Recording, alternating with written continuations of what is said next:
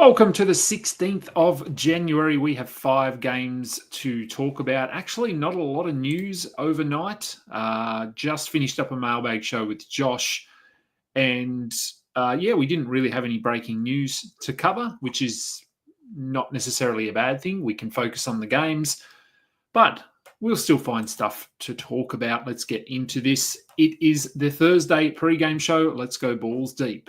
I'm the type to get shit done. You the type to observe.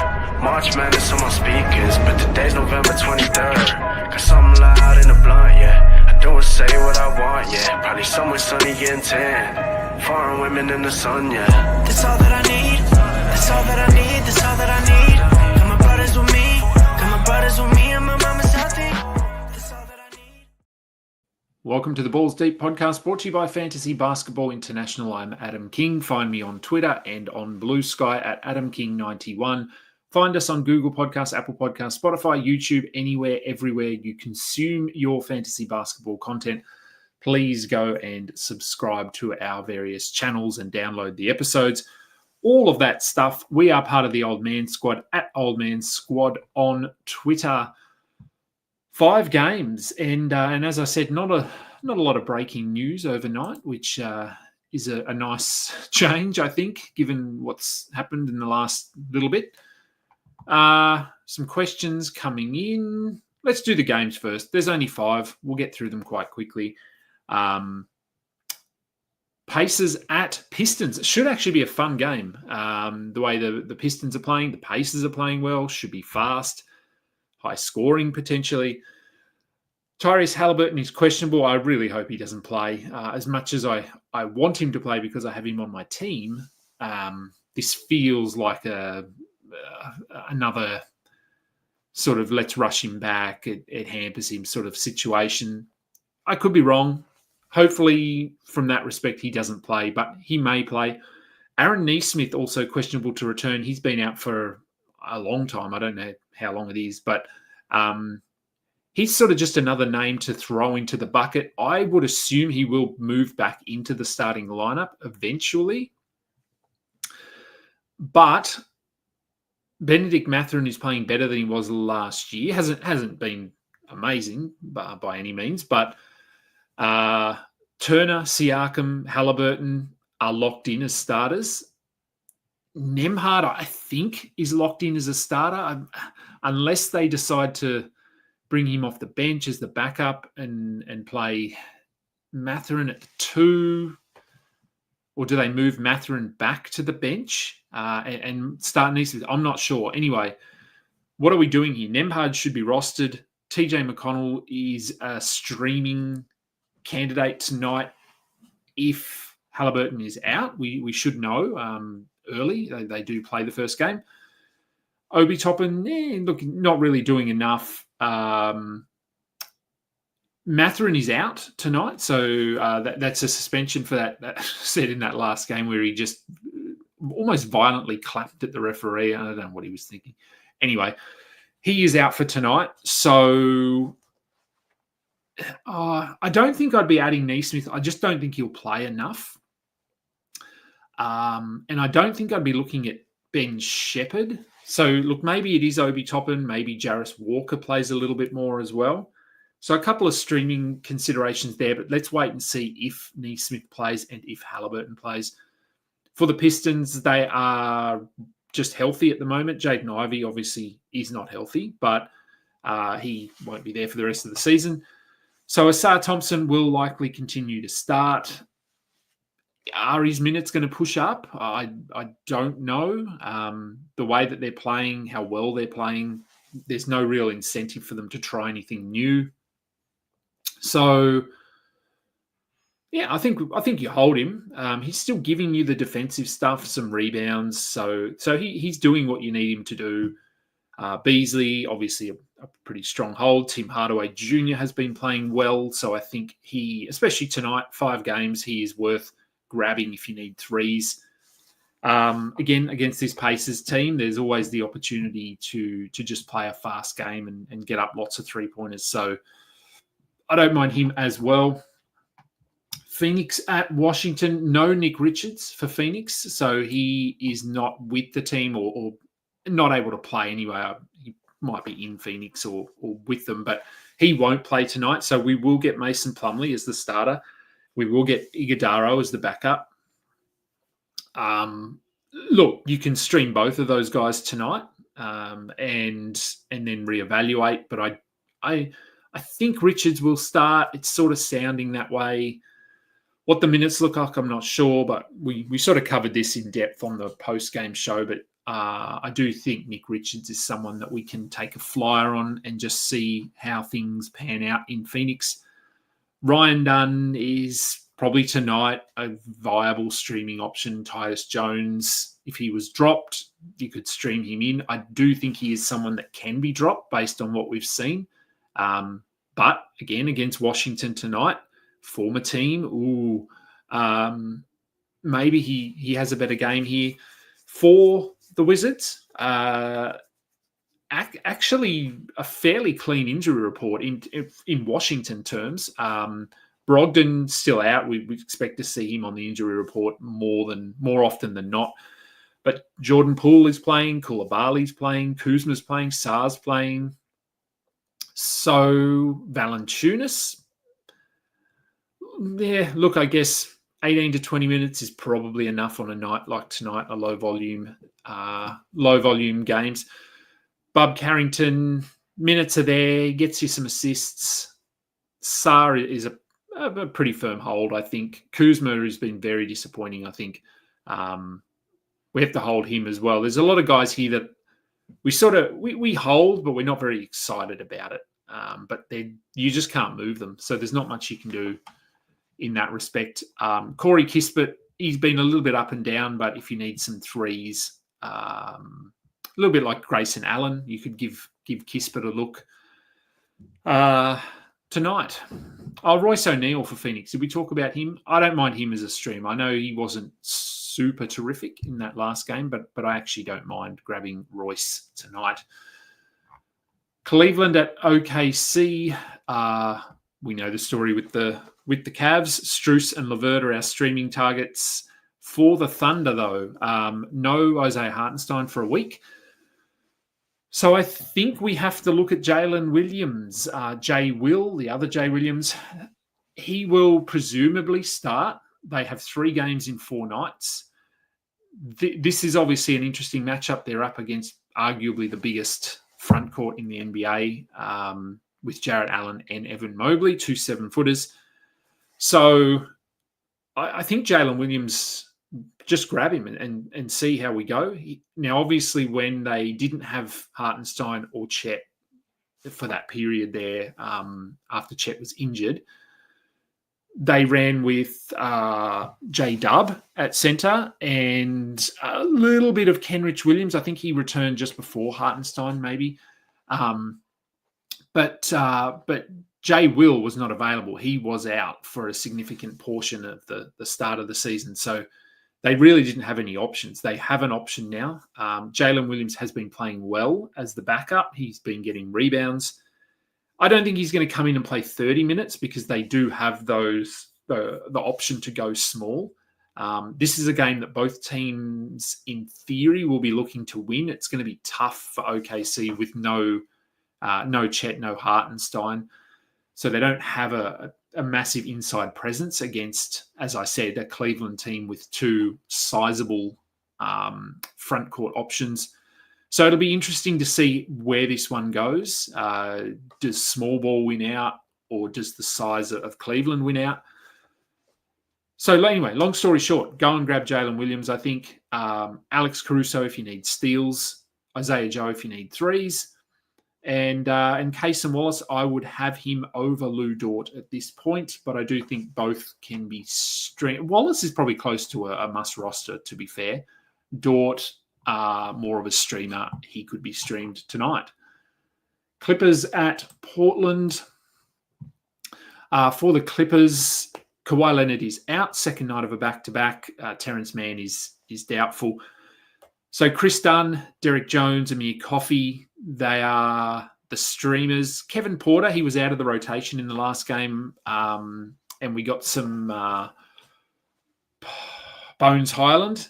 No indication that this is a move that's going to stick. We had this question on Josh's show. So at the moment, I would just treat it as though it was a one-off kind of thing. Kevin Porter tonight could see a little bit more if they manage to blow this Portland team out. And look, with DeAndre Ayton playing sizable minutes at centre, that could happen. Zubats could be in for a big night against DeAndre Ayton. For the Blazers, Scoot Henderson will likely start again. Denny Avdia is doubtful or questionable or something. Where is he? Doubtful. So Scoot would likely remain in the starting lineup coming off that 39-point performance. Won't be that good. I think we hold him. Kamara we're holding. Chris Murray didn't step up and do as much as I would have thought in that last game. So you could take a flyer on him. Rob Williams, if he plays, if you're desperate for centre stats, give him a look. He is questionable. If he doesn't play, they don't have Klingon for a week. I think he's reevaluated in a week, so it's at least a week. DeAndre Ayton obviously will play minutes. Duop Reith could step in and play backup centre minutes. They could go with Jabari Walker as well as the backup. So a couple of different ways they could go there. Final game of the night, Houston at Sacramento. Let's just presume that Tari Eason is out. He's doubtful. Steven Adams also doubtful, but it's just rest, I think, isn't it? Yeah, it's just rest. So no concerns there. So we're looking at Dylan Brooks. If he was dropped, stream him in. Cam Whitmore did a little bit more in the last game, so I don't mind taking a bit of a flyer on him tonight. For the Kings, Malik Monk is probable, which would likely send Keon Ellis back to the bench and turns him from a almost like the princess. What is it? Where Cinderella turns into Cinderella. Keon Ellis will go from being a must-roster 37-minute-a-night player to a streamable steals specialist who plays 20 minutes. So it is sad, but that is the way things are at the moment in Sacramento. Look, if you want to roll, if you've got Keon Ellis, if you picked him up for that last game, I would just roll him out there tonight and see what happens. Maybe he can push to 24, 25 minutes. And then if it is just an 18-minute roll and he gets you one steal or something, then you're fine to move on for tomorrow. It is sad, as I said, but that is what's happening.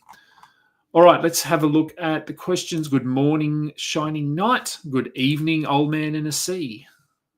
A diverse world we live in. Joseph Kim was offered Lowry for Gobert. Do I take?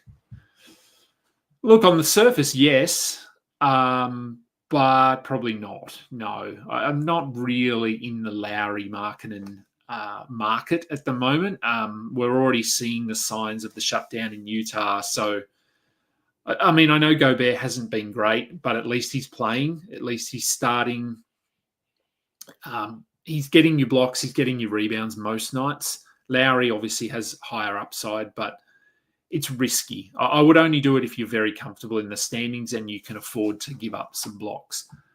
What are my thoughts on Cam Johnson? Jay Sizzle asks. Is he still a hold in a 9-cat 10 team league? I think he is. Yeah, I'm holding him. I'm not in any 10. Oh, am I? I think I am in one 10-team league, but I don't have him. I have Cam Johnson in multiple leagues, and I'm holding him at this point.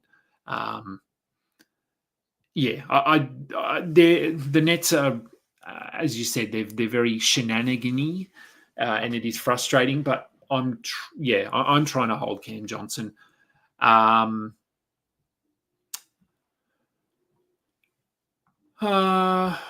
are we? Thoughts on Cat playing Tibbs minutes with a bone chip? I don't see anything changing. It is an injury that players can play through and have played through. And as I said, I think Sabonis had something similar a year or two ago and didn't really impact him at all. So I think once the swelling goes down, this is really just a sprain that he's dealing with. So it certainly could be a couple of games. But I think once he's back, he'll just be back to usual minutes. Jovic or Trace Jackson Davis? M-Tricks with that question.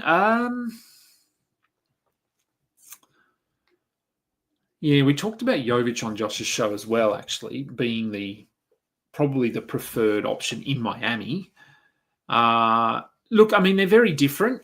So this is almost one where I can take that cop-out answer of, do you need rebounds and blocks, or do you need points, threes, assists, sort of a bit of everything? I think both are probably going to be must roster rest of season. Obviously, the Jimmy Butler situation will have an impact on Jovic. Who comes back? Does Jimmy come back? So Trace Jackson Davis is probably a little bit safer. But I think you could make a case for both, depending on what you need.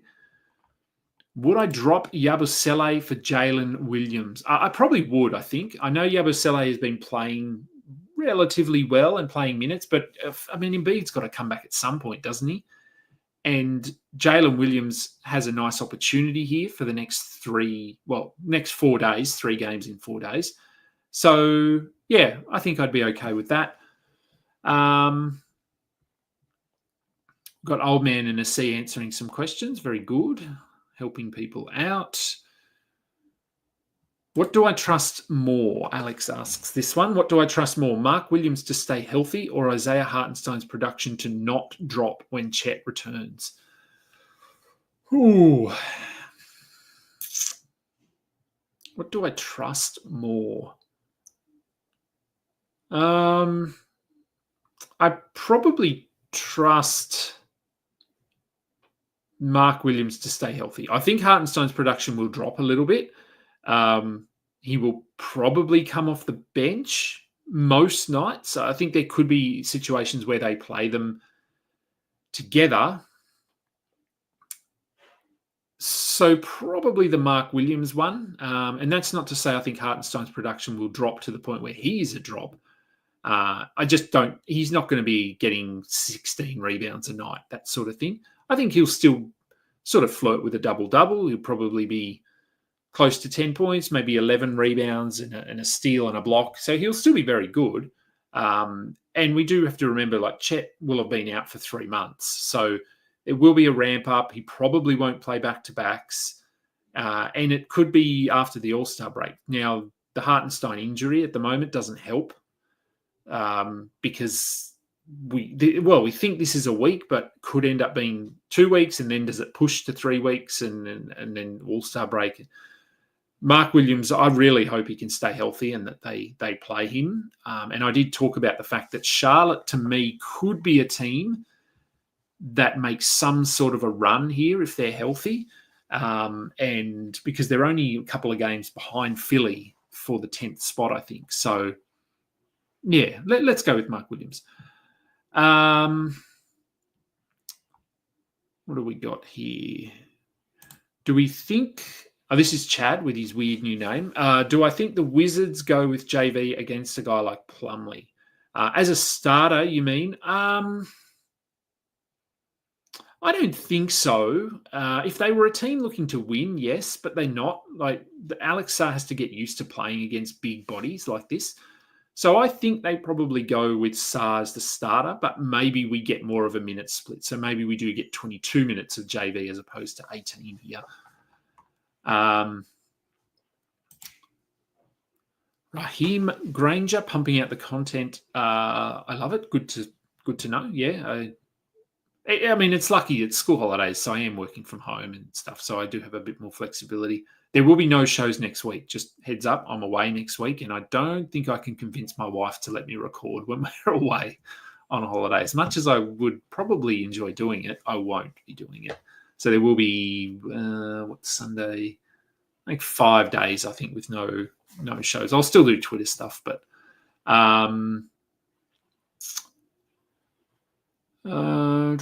Joseph Kim. I'm ranked high in rebounds, assists, steals, blocks, nearly last in threes, points, and free throws. I don't want to punt 3 categories. Why not? without completely compromising my strength, what cats are easy to recover from? Threes are the easiest. You can stream threes. Free throws, no. Points, no. Free throws, you can stream in guys that are efficient, but they're typically low volume, so they don't really help you in that category all too much. If you're good in rebounds, assists, steals, and blocks, I would assume you're pretty good in field goal percentage as well. Maybe turnovers are all right. Yeah, look, I'm probably not the person to answer this one because I would be certainly okay with punting 3 categories. I'm okay with punting 4 categories. So if you are looking to recover from one, though, it's definitely threes. Philly not even making the play-in would be hilarious. Not for Philly fans. Well, although maybe it would be for Philly fans. How would I rank these potential stashes? Klingon, Clowney, Jalen Smith in a points league. And why? Ryan Porteous wants to know why. I'd probably go... I think I'd have Jalen Smith last at this point, only because he's relying on a trade to move into a big enough role, where I don't think the other two are. I think Klingon will move into a bigger role because DeAndre Ayton is just shit. Clowney is already in that role. So, I mean, I'd probably have Clowney first just because we're seeing it already, glimpses of it, not consistently. So I'd probably go Clowney, Klingon, Jalen Smith at this point. Alex, I have all 3, Mark, Chet, and Hart. I need to get rid of a centre. So either offering Isaiah Hartenstein for DeMar or Mark Williams for Quickly. Ooh. Quickly would be risky. I know I'm really high on Quickly, but I'm not sure I'd be trying to trade for him at this point. Just the injuries, Toronto, a little bit of uncertainty there. DeMar DeRozan, I know he hasn't been great, but his role is not changing. He's not going anywhere. Centers are, yeah. That's good center rotation. Do you need to get rid of a center because it's a 4-center league? Is that why? If that's the case, then bloody change that setting. Yeah, look, I'd probably look to get DeMar over Quickly just for safety, really. Yeah, I mean, of all those centers, Zubats would be the one I'd be looking to move, but he has the least amount of risk. So I certainly get why you're not looking to move Zoo. Maybe it's Hartenstein. Yeah, it's a hard one. Mark Williams for me, I don't know. I'm really fascinated to see with what they do here. Like if they just fully set him free, let him play 30, 32 minutes a night, don't shut him down, he could be top 30 player rest of the season. Hartenstein doesn't have that upside, I don't think. He's probably top 50. So probably the Hartenstein one. Enjoy my time on holiday. Thank you, Shining Knight. I will. We are planning to do very little, so we're looking forward to it. How would I rank these centers in 9-cat rest of season? Nick Richards, DeAndre Ayton, Onyeka Okongwu.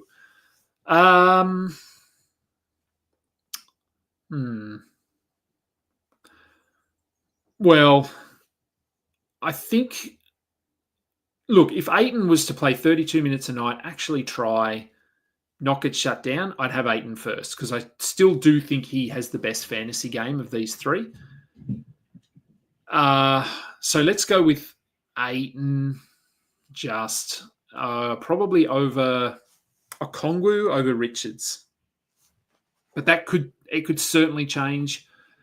At the moment, that's probably where I'd stand. And Shining Knight agrees. Yeah, if Philly doesn't make the play and they might get their... Oh, they will get their first back. So, yes, I don't think they're going to be bad enough to get a top 3 or any... Well, you never know, but probably not. Shining Knight losing 6 players to injury over the course of 2 weeks isn't very nice. It is not nice. It has been, rough for some people. Those postponed games as well really flipped a few leagues on their head. Yes, a 4-centre league. Okay, so you got Mark Williams, Zubats, and Hartenstein off waivers. Wow. Yeah, look, it's probably Hartenstein there. I know Mark Williams has that injury risk, and look, in a month, this looks like the wrong answer, but I think I'd go Hartenstein. Just with Chet coming back, the Thunder don't need to rush him back either. So that's probably what I'd look at doing, yes. All right, that was a nice quick one. Under 30 minutes today, which I love. Now I will be back with a show.